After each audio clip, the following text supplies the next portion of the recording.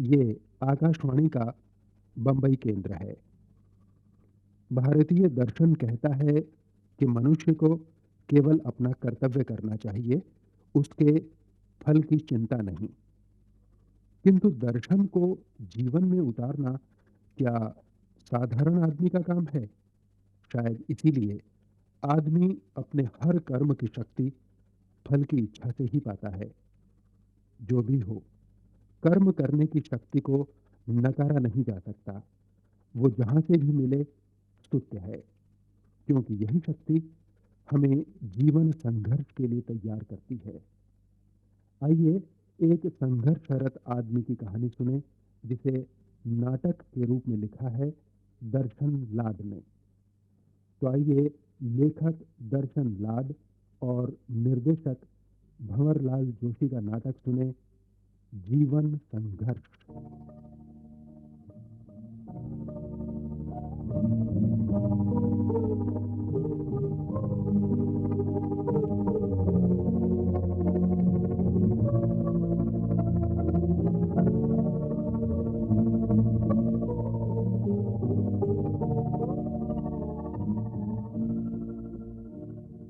अरे बाबूजी, आप धन भाग हमारे जो इतने महीनों के बाद फिर आपके दर्शन होंगे। कैसे हो सुजान सिंह? बस मालिक, आपकी कृपा से ठीक ही गुजर रही है जिंदगी।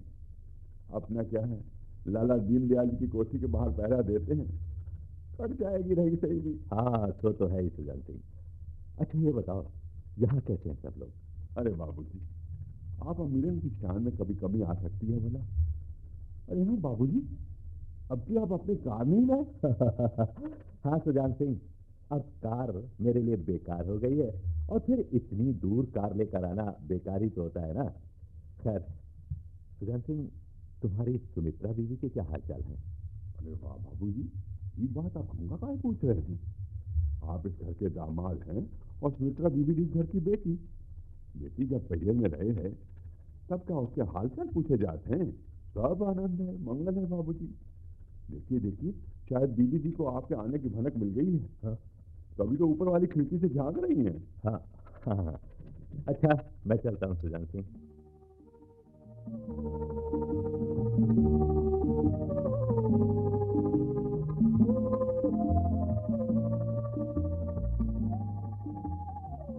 क्या बात है सुमित्रा?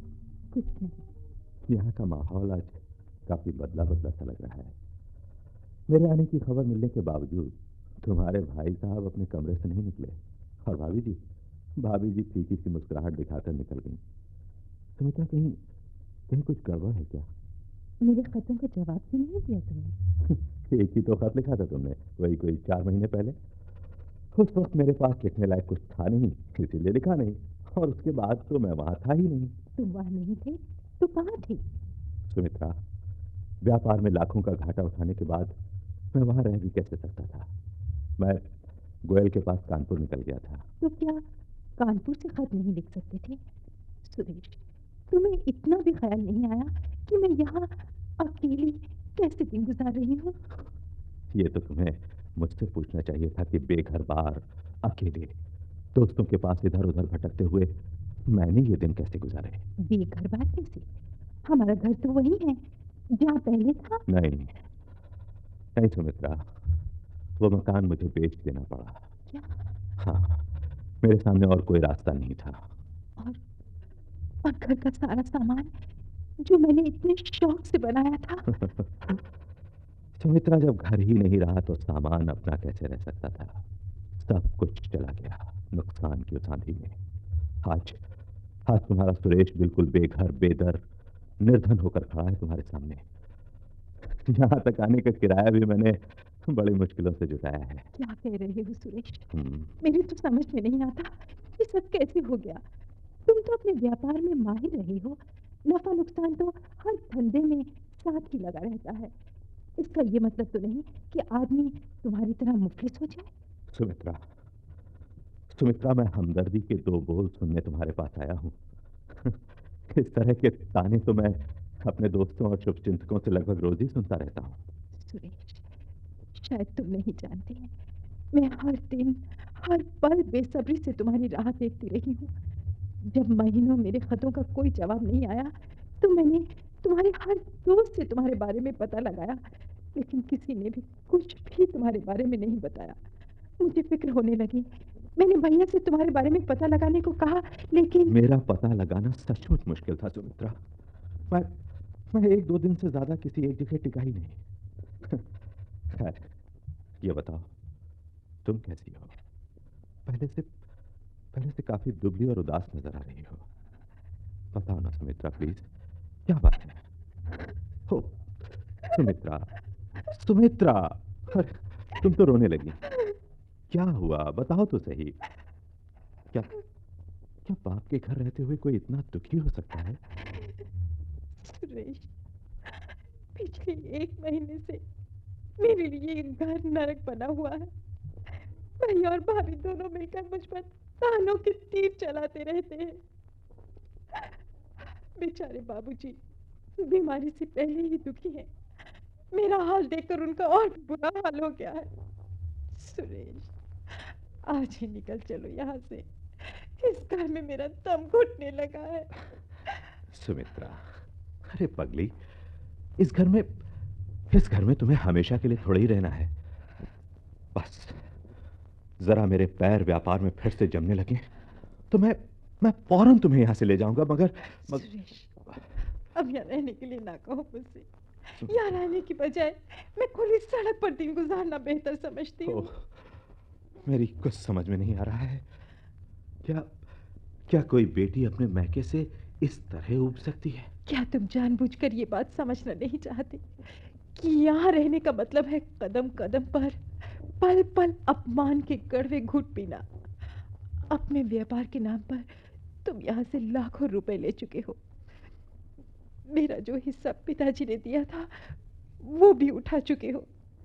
भाई साहब कहते हैं तुमने झूठ बोलकर धोखा देकर उनसे लाखों रुपए वसूले, और अब जब तुम बेकार और मुफलिस बनकर यहाँ आए हो, इस घर से क्या उम्मीद रखते हो? यहाँ सिवाय अपमान के हमें और क्या मिल सकता है सुरेश? सुमित्रा, इंसान जिंदगी में कई दांव खेलता है इसी भरोसे पर कि कोई है उसका अपना, जो जो गिरने पर उसे सहारा दे सकता है, प्यार और हमदर्दी जता सकता है, फिर से आगे बढ़ने की हिम्मत बढ़ा सकता है। सुरेश, ऐसा लगता है यहाँ सबको कि तुमने व्यापार नहीं किया, जुआ खेला है, और और जुए में सब कुछ हार चुके हो। ये लोग इस बात पर भी पछता रहे हैं कि इन्होंने इस घर की बेटी को गलत हाथों में सौंप दिया। लेकिन लेकिन फिर भी अब अपनी बेटी के लिए इनके मन में जरा भी दर्द नहीं होता, क्योंकि इनका दामाद इनकी नजरों से गिर चुका है और इसकी जिम्मेदारी इनकी बेटी पर है। बताओ सुरेश, इस घर में हमारे लिए अब जगह कहाँ है? मैं बहुत अच्छी तरह समझ रहा हूं सुमित्रा, बहुत अच्छी तरह समझ रहा हूं। मैंने व्यापार को जुआ समझा, पागलों की तरह उसके पीछे अपना सब कुछ लुटा दिया। दूसरों से आगे बढ़ने की होड़ में मैं अपने होशो हवास खो बैठा, और दूसरों की जलन ने मुझे अपना शिकार बना लिया। लेकिन रुक क्यों गए? कुछ नहीं सुमित्रा, अब कहने से कोई फायदा नहीं।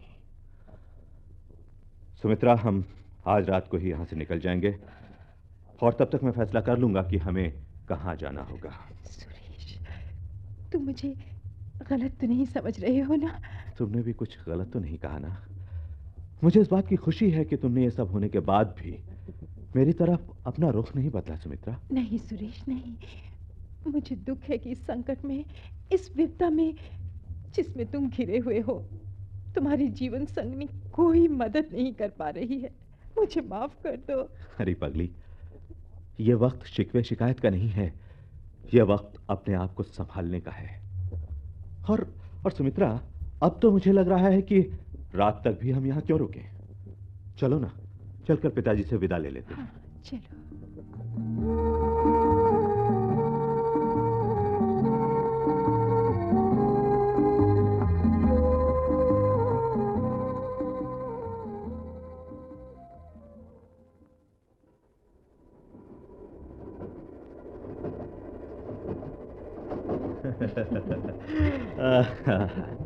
सुमित्रा, इस मुफलिसी में ये फर्स्ट क्लास का सफर, हाँ? अगर सेकंड क्लास में जाते तो कितने रुपए बचते जानती हो?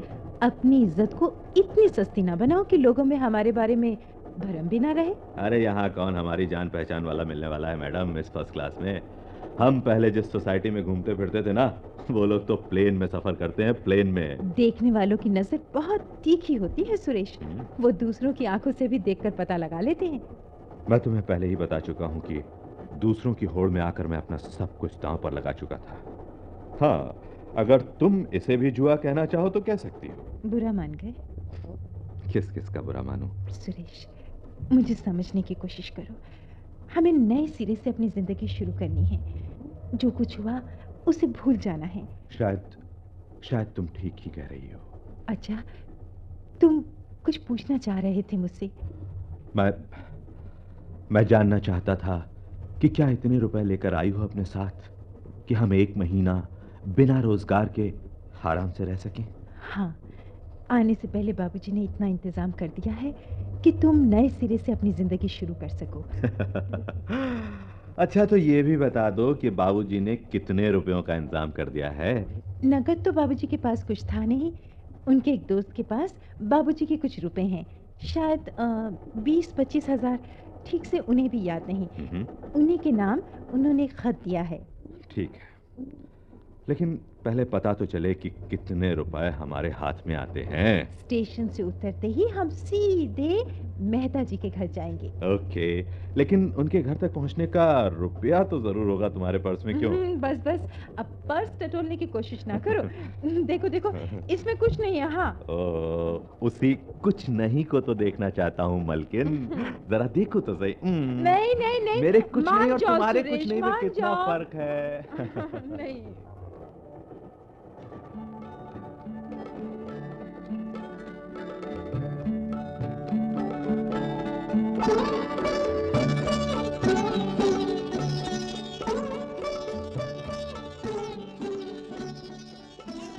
कहिए। देखिए, मैं सूरजपुर वाले दीनदयाल जी की बेटी सुमित्रा हूँ। मैंने तो ये नाम नहीं सुना। खैर, मुझसे आपको क्या काम है? देखिए, ये मेहता साहब का ही घर है ना? जी हाँ, मुझे ही नृपेन मेहता कहते हैं, लेकिन मैं लाला दीनदयाल जी के बारे में कुछ नहीं जानता। शायद आपको कुछ गलतफहमी हो रही है। देखिए मेहता साहब, हम सीधे स्टेशन से आ रहे हैं। क्या हम कुछ देर बैठकर सुस्ता सकते हैं? शायद तब तक आपको कुछ याद आ जाए तो। मुझे अपनी याददाश्त के बारे में जरा भी शक नहीं है। हाँ, वैसे अगर आप बैठना चाहें तो यहाँ बैठ सकते हैं। आइए। सुमित्रा, मुझे तो मामला कुछ गड़बड़ मालूम होता है। ये साहब तो कुछ सुनने को ही तैयार नहीं है। शायद ये मेहता साहब के कोई रिश्तेदार हों, अभी पता चल जाएगा। आइए, बैठिए। अरे भाई, इनके लिए 2 गिलास पानी लाना। धन्यवाद। आपका नाम नृपेन मेहता है। मैं योगराज मेहता के नाम बाबूजी का पत्र लाई हूँ। ये देखिए। ओह, आप पिताजी के लिए आई हैं। लेकिन वो तो चले गए। चले गए? लेकिन कहाँ? जिंदगी पूरी होने के बाद इंसान कहाँ जाता है, ये तो शायद भगवान ही बता सकता है। मैं कैसे कहूँ। ओह, हमें अफसोस हुआ ये सुनकर। अफसोस को मैं दिखावे से ज्यादा कुछ नहीं समझता बहन जी। इसीलिए पिताजी जिस दिन गुजरे, उसी दिन मैंने अखबार में निकलवा दिया था कि मेरे घर अफसोस जताने के लिए कोई ना है। मेरे बाबूजी आपके पिताजी के बहुत अच्छे दोस्त थे। मैंने पिताजी से उनके दोस्तों के बारे में कभी नहीं पूछा। ये उनका अपना जाती मामला था। देखिए मेहता साहब, बात यह है कि दीनदयाल जी का 25,000 रुपए के करीब आपके पिताजी से लेना निकलता था, और इसीलिए उन्होंने ये खत भेजा है।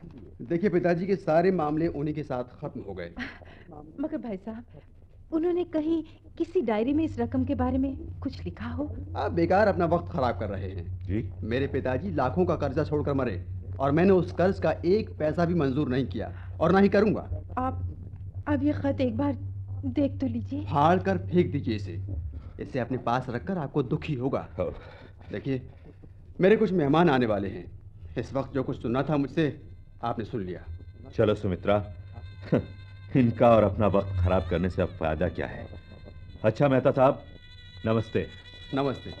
अरे भाई, मैं अंदर वाले कमरे में जा रहा हूँ। इनके जाने के बाद जरा दरवाजा बंद कर देना।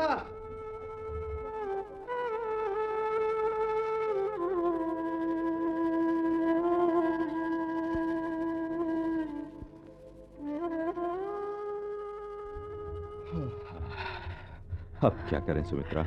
मेरा तो पर्स भी तुमने देख लिया, अब तो हम बाबूजी तक जाने के काबिल भी नहीं रहे। क्या होगा सुरेश? दिमाग तो मेरा भी काम नहीं कर रहा है, लेकिन कुछ तो सोचना ही होगा ना।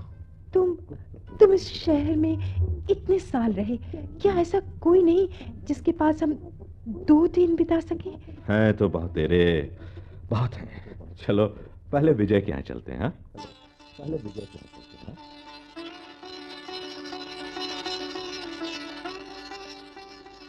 आइए सुमित्रा भाभी, नमस्ते। नमस्ते। वैसे आपसे पहले मुलाकात तो नहीं हुई, लेकिन आपके बारे में सुरेश ने काफी कुछ बताया मुझे। हाँ, ये बैठिए। घर में भाभी जी नहीं है क्या? ओह, शायद सुरेश ने बताया नहीं आपको। मुझे तो इस बारे में कुछ नहीं मालूम। चलो अच्छा ही है, ये बात मालूम ना हो तो भी कोई फर्क पड़ने वाला नहीं है। और सुनाओ, कामकाज का क्या हाल है विजय? पहले तुम अपनी सुनाओ। मेरे कामकाज की कहानी तो बहुत लंबी है विजय। फिलहाल मैं एक बहुत बड़ी क्राइसिस में फंसा हुआ हूँ और तुमसे महीनों से मुलाकात नहीं हो पाई, इसीलिए तुम्हें बताने का मौका ही नहीं मिला। कोई बात नहीं, तुम्हारी लंबी कहानी बाद में सुनूंगा। फिलहाल मेरे लिए इतना ही जानना काफी है कि तुम क्राइसिस में हो। और भाभी, ये 2-2 सूटकेस हाथ में लिए हुए क्यों घूम रही हैं आप? कहीं बाहर जाने के लिए तैयार होकर आई हैं क्या? नहीं, ये बात नहीं है। बात ये है कि भाई सुरेश, इन्हें तो संकोच हो रहा है, क्योंकि बात कहते कहते ये तुम्हारी तरफ देखकर चुप हो जाती हैं। भाई अब तो तुम्हें ही बताना पड़ेगा। हमें गलत मत समझो, तुम कॉलेज के ज़माने से मेरे दोस्त रहे हो। हम लोगों के बीच विजय तकल्लुफी जैसी बात कभी नहीं रही, लेकिन विजय बाबू, आप भाभी जी वाली बात टाल गए। पहले इस बारे में तो बताइए। पहले ये बताइए, आप दोनों के बीच कभी कोई मनमुटाव, गलतफहमी या झगड़ा हुआ या नहीं? अब यार, पति पत्नी के बीच छोटी मोटी गलतफहमियां तो होती ही रहती हैं, लेकिन हम झगड़े, जहां तक मेरा ख्याल है, हम झगड़े तो कभी नहीं। क्यों? यानी सुमित्रा जी एक आदर्श, भली और झगड़ों से दूर रहने वाली स्त्री हैं। मगर अफसोस, मेरे और माधुरी के बीच एक दिन भी ऐसा नहीं गुजरा जबकि जोरदार चकचक ना हुई हो। मगर वो है कहाँ? मैं नहीं जानता कहाँ है। खैर छोड़ो इस बात को। भाभी, इसीलिए तो मैं इस बात को टाल देना चाहता था, ताकि वही कड़वी बात दोहराकर अपने आप को बेचैन ना करूं। लो, हद हो गई, हम अभी तक बातें ही किए जा रहे हैं। इतनी देर में तो आराम से चाय कॉफी का इंतजाम हो जाता। ठहरिए, मैं चाय बना कर लाता हूं। नहीं भाई साहब, आप रहने दीजिए। ये काम मर्दों का नहीं, औरतों का है। बस मुझे जरा किचन दिखा दीजिए, मैं आप लोगों के लिए अभी चाय बना कर लाती हूँ। आइए, देखिए, ये रहा मेरा बेतरतीब सा किचन। कौन सी चीज कहाँ रखी है मैं खुद नहीं जानता। ज्यादातर मेरा खाना पीना बाहर ही हो जाता है। क्यों सुमित्रा भाभी, सुरेश क्या वाकई तकलीफ में है? सुना था तुम तो काफी बड़े घर की बेटी हो। हाँ विजय बाबू, हम लोग सचमुच तकलीफ में आ गए हैं। इस वक्त हमें आपकी मदद की जरूरत है। हाँ, अगर दोस्त होता किस लिए है? वैसे इस सादी साड़ी में भी आपकी खूबसूरती गुलाब के फूल की तरह खिल उठी है। Thank you. देखिए, मैं आपके लिए चाय बना कर लाती हूँ। मेरे घर में आप चाय बनाएं ये ठीक नहीं लगता मुझे। मैं भी आपकी मदद करता हूँ। इसकी कोई जरूरत नहीं, आप बैठिए ना please. Okay, as you please. आओ विजय, आओ। अच्छा हुआ सुमित्रा चाय बनाने चली गई। विजय, उसके सामने बात करते हुए मैं उलझन सी महसूस कर रहा था। बात दरअसल ये है कि जब तक हमारा काम जम नहीं जाता, हमें तुम्हारे घर में रहने के लिए एक कमरा चाहिए। क्यों? तुम्हारा घर क्या हुआ? विजय, मैं शेयर बाजार के चक्कर में आकर अपना सब कुछ गंवा चुका हूं। क्या कह रहे हो सुरेश? तुम मजाक तो नहीं कर रहे हो? मजाक मैं नहीं, किस्मत मेरे साथ मजाक कर रही है दोस्त। ये बात मैं तुम जैसे नजदीकी दोस्त को छोड़कर और किसी से कह भी तो नहीं सकता ना। मगर तुम्हें तो बताया था सुमित्रा भाभी किसी करोड़पति की बेटी। क्या वो लोग इस वक्त तुम्हारी मदद नहीं कर सकते? नहीं, वहां के हालात काफी बिगड़ चुके हैं और मुझे सब कुछ नए सिरे से फिर से शुरू करना होगा। लीजिए, चाय पीजिए। विजय बाबू, आपका किचन तो पूरी तरह कबाड़खाना हो रहा है। उसे ठीक करने में पूरा 1 दिन चाहिए। 1 दिन क्या, पूरा हफ्ता लगाइए सुमित्रा भाभी। ये घर तो अब आप ही को संभालना है। क्यों सुरेश? अच्छा, मैं जरा काम पर निकलता हूँ। और हाँ, ये रही इस घर के डुप्लीकेट चाबी। भाभी, आप ही रखिए। सुमित्रा, मैं भी निकलता हूँ अब। हमारे जाने के बाद दरवाजा बंद करके तुम थोड़ी देर आराम करो। हाँ, काफी थक चुकी होगी। ओके। हाँ भाभी, तकल्लुफ ना कीजिएगा। हाँ, आराम से बेडरूम का इस्तेमाल कीजिए।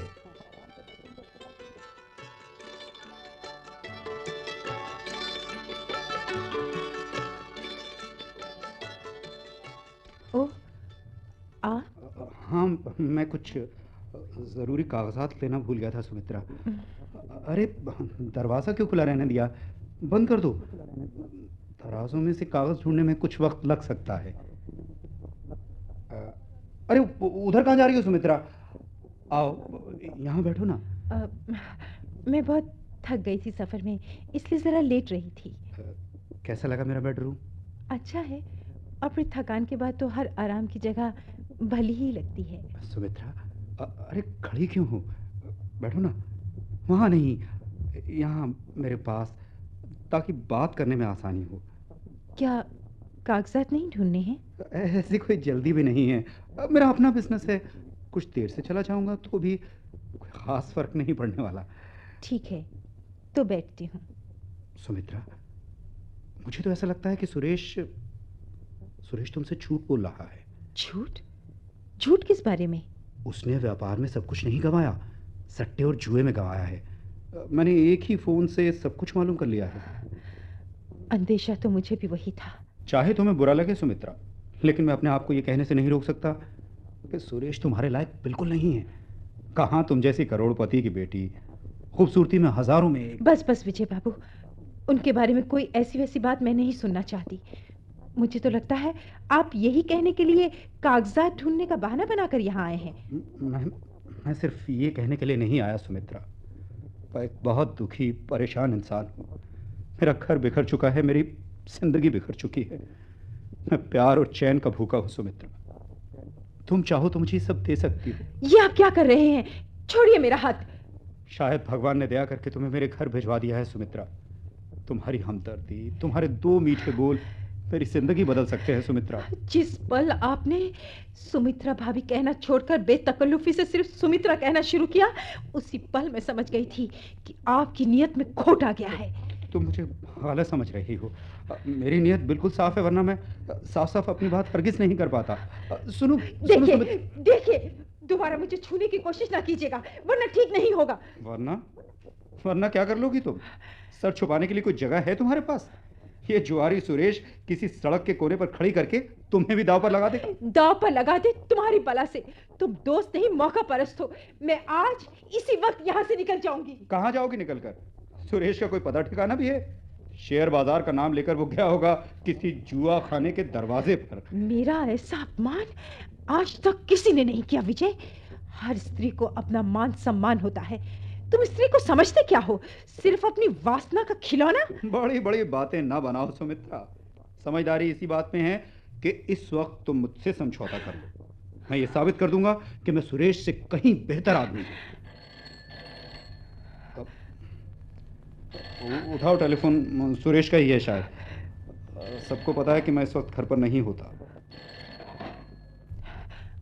हेलो सुरेश, सुनो, तुम फौरन यहाँ चले आओ। वो मैं बाद में बताऊंगी। अभी इतना ही बताऊंगी कि हम यहाँ नहीं रहेंगे। तुम कहाँ से बोल रहे हो सुरेश? अगर आ सकते हो तो अभी फौरन चले आओ। क्या कहा सुरेश ने? क्या वो अभी आ रहा है? मैं कुछ नहीं बता सकती। अपने दोनों सूटकेस लेकर मैं फौरन यहाँ से जा रही हूँ। सुमित्रा, मैं शर्मिंदा हूँ सुमित्रा। मैं अपने बर्ताव के लिए माफ़ी चाहता हूँ। मैं नहीं चाहता एक बार यहाँ रहने का फैसला करके तुम लोग इस तरह यहाँ से चले जाओ। मैं यहाँ से जाने का फैसला कर चुकी हूँ विजय बाबू, और अब सुरेश को भी इस बात का पता चल जाएगा। दुनिया में सिर्फ तुम्हारा ही घर नहीं है सर छिपाने के लिए। सुमित्रा भाभी, फोन उठाइए। हेलो जी, सुरेश जी तो इस वक्त यहाँ नहीं हैं। आप कौन बोल रहे हैं? हाँ, ये नंबर आपको उन्होंने दिया होगा।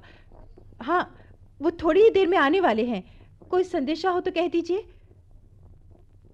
क्या कहा? क्या सच कह रहे हैं रघुनंदन जी? तब तो हमारे सारे संकट टल जाएंगे।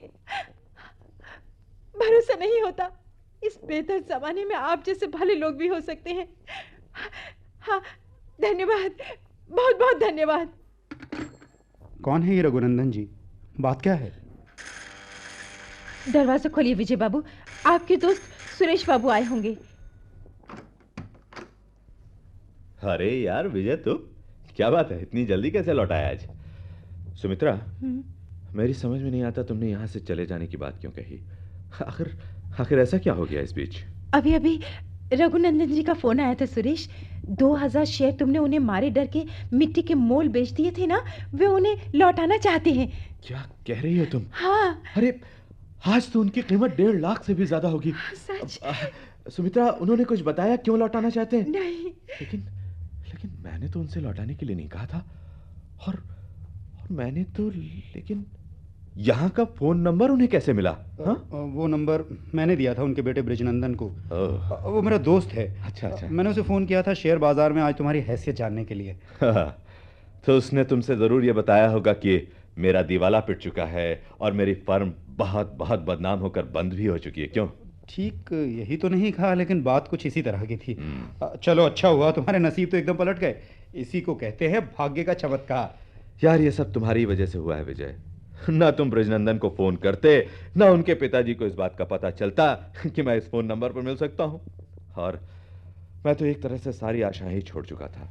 विजय यार, तुम जैसा दोस्त भी बड़े भाग्य से मिलता है।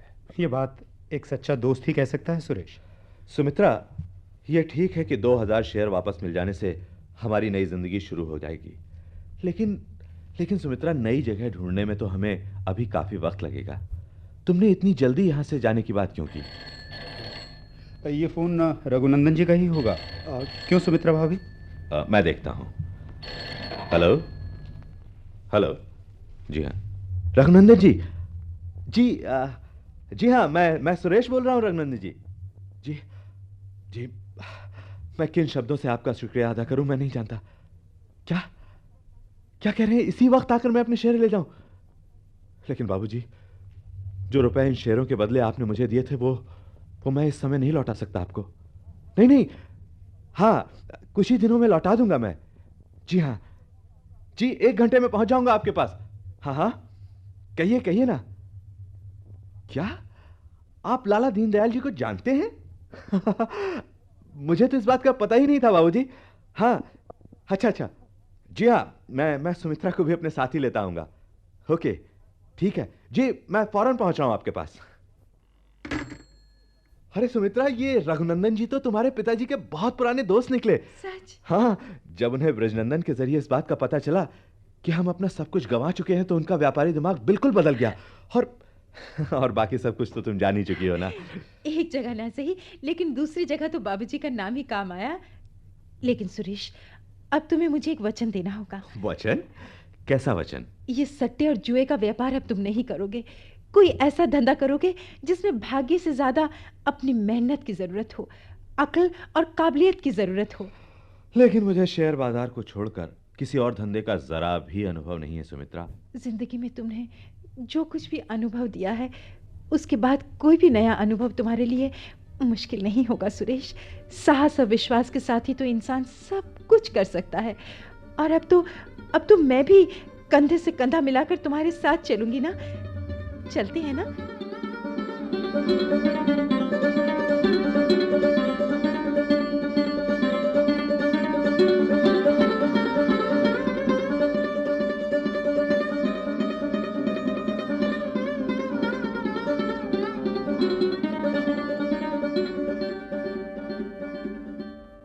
जीवन संघर्ष। अभी आपने दर्शन लाड का लिखा ये नाटक सुना। निर्देशक थे भंवरलाल जोशी। भाग लेने वाले कलाकारों के नाम भूमिकाओं सहित इस प्रकार हैं: सुमित्रा पुष्पा सक्सेना, विजय किशोर कपूर, नृपेन राकेश दुबे, सुजान सिंह पाल प्रेमी और सुरेश अरविंद मेहरा। इस नाटक के सहायक थे लोकेंद्र शर्मा। यह नाटक आकाशवाणी के बंबई स्टूडियोज में रिकॉर्ड किया गया और वहीं से प्रसारित किया जा रहा था।